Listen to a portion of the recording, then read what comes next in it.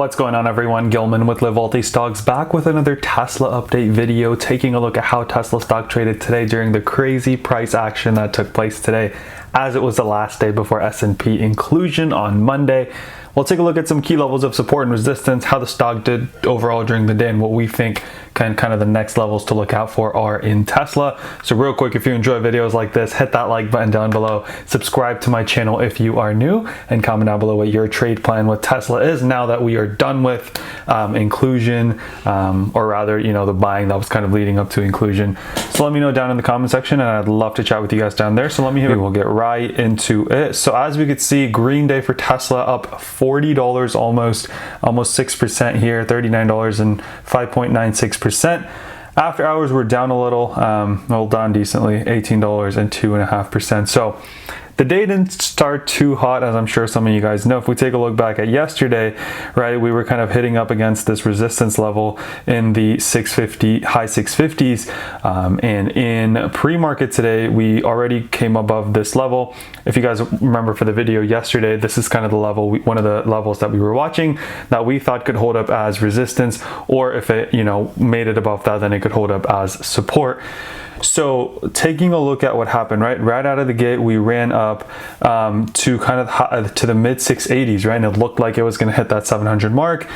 Then we saw a pretty sharp sell-off all the way down here, kind of to the 650s level that I just pointed out to you guys.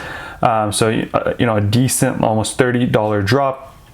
Then we pushed up from this level, good support here, hit VWAP, came right back down. This time we broke through it, but you know, overall this level still kind of held up, and then we were kind of trading sideways for a little bit, made it above VWAP, you know, barely below the 680 level, kind of potentially making a push at that, but then it kind of reversed again and then started hitting VWAP, and we were trading, you know, pretty steadily between 670 and high 670s for a couple hours there.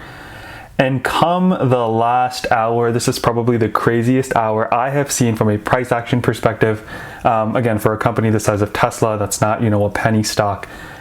It fell all the way from the 660s, right? So let's say 670, all the way down to 628. So hit this level of support, bounce, broke through this, tried to come up. This level acted as a resistance. The next level of support that we have is the 640 level. Did not hold, we broke through it. We almost hit this other level of support that we have in the 626.82 level. Then we hit up against this level, couldn't quite break through. Then we're kind of like the craziest, like 10-15 minutes or so, where we had this, and again, each of these candles is 1 minute of price action, right? So we go from 638 to kind of the 660s in a minute, go up a little bit higher, back at that 670s mark we were at before. Then we drop again. We drop from 670s all the way down to the 640, to the low 640s. So we're talking a 630. We're talking a $40 jump upside, $30 jump downside, right? Then we see this huge green candle taking us from 650s to 690s. Look at this volume bar right here, right? That's the institutions coming in and buying the shares that they need for this S&P inclusion, pushing the price to $695. That's where we closed for the day, down a little bit after hours as the stock kind of settles down. What does that mean for the stock moving forward? Let's take a look at our daily chart, and we'll kind of chart some resistance and support levels that we have. So as you can see, you know, for a while there we were trading in the 400, near the 400 mark. This news was announced, we pushed up into the 600s. And then, you know, we were trading in this range, broke below it. Then this line was acting as a resistance. Once again, this is a recap for those of you guys that have already watched. But for the past 3 days, we've made higher high, higher lows. From an indicator perspective, right, we've closed again above the 8 EMA, obviously, as we've done for the past few days, other than, or on the daily chart, we've always closed above the 8 EMA, which is great. So we're nicely above that. That 8 EMA comes in at 642. On the 4-hour chart, what we'll see is on the moving average line, you know, we didn't even really touch them too much today, other than this instance where we were dropped, and guess what? We found support perfectly kind of at the 50-day moving average on the 4-hour period chart. So, and that comes in, you know, right at kind of 630s right now. So from a resistance and support level of perspective, let me just kind of show you guys the hourly chart, because we'll kind of see. So Yesterday's chart, we were hitting up against the bottom here in the 640s, right? That's why we have that line drawn. And today's price action really shows why, you know, this 658, 69 line that I've had is a great point, because it's acted as both a support and resistance point. So, you know, it's a really important point to look at, in my opinion. Now, moving forward, right, obviously we hit that 695 mark. If we see a continued upside on Monday, 695, potentially 700. If we see a move to the downside, right, we've got the 658 level to hold up, then we've got this 644s, then we've got the 620s, and then if we see continued sell-off, we've got 614, and then 600 kind of as a mental resistance. From an EMA perspective, right, the 8 EMAs coming in right at 640s, which actually really nicely, you know, aligns with this line we've got right here. That should be good support as well. And then from a 4-hour chart, what we have is the 50-day moving average coming in at 630.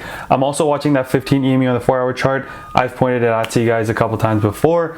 I'm not going to point it out right now because we're nicely above it, but 15 EMA on the 4-hour chart, reason I'm watching that is because the last time we fell below that, you know, we fell decently. So something to kind of be mindful of and to look out for.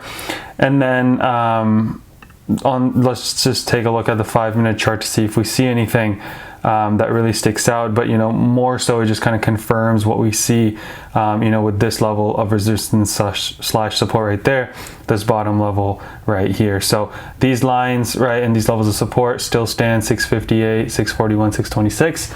Or if we go up, we have to take out the high of today, the 695s, before we can push further. So I hope you guys were able to take advantage of some of that. I was not in any positions when the crazy stuff happened. I was in a 0 DTE vertical put spread at the beginning of the day, expecting the stock to stay above 600, which it did. But even then I was out of that kind of around 1 p.m. Because that's when you know, I was up enough that I was good with taking my position off. It was like a 50-60% gain. The dollar amount wasn't huge, but I look at the percentage more. And then it ran up, so I wasn't in any positions. Hope you guys were able to take advantage of some of that, because that was some crazy movements for those of you guys that held through the end of the day. Let me know down in the comment section if you did, and I'd love to hear. Don't forget to like and subscribe. And until next time, let's remember to be a bit better every single day.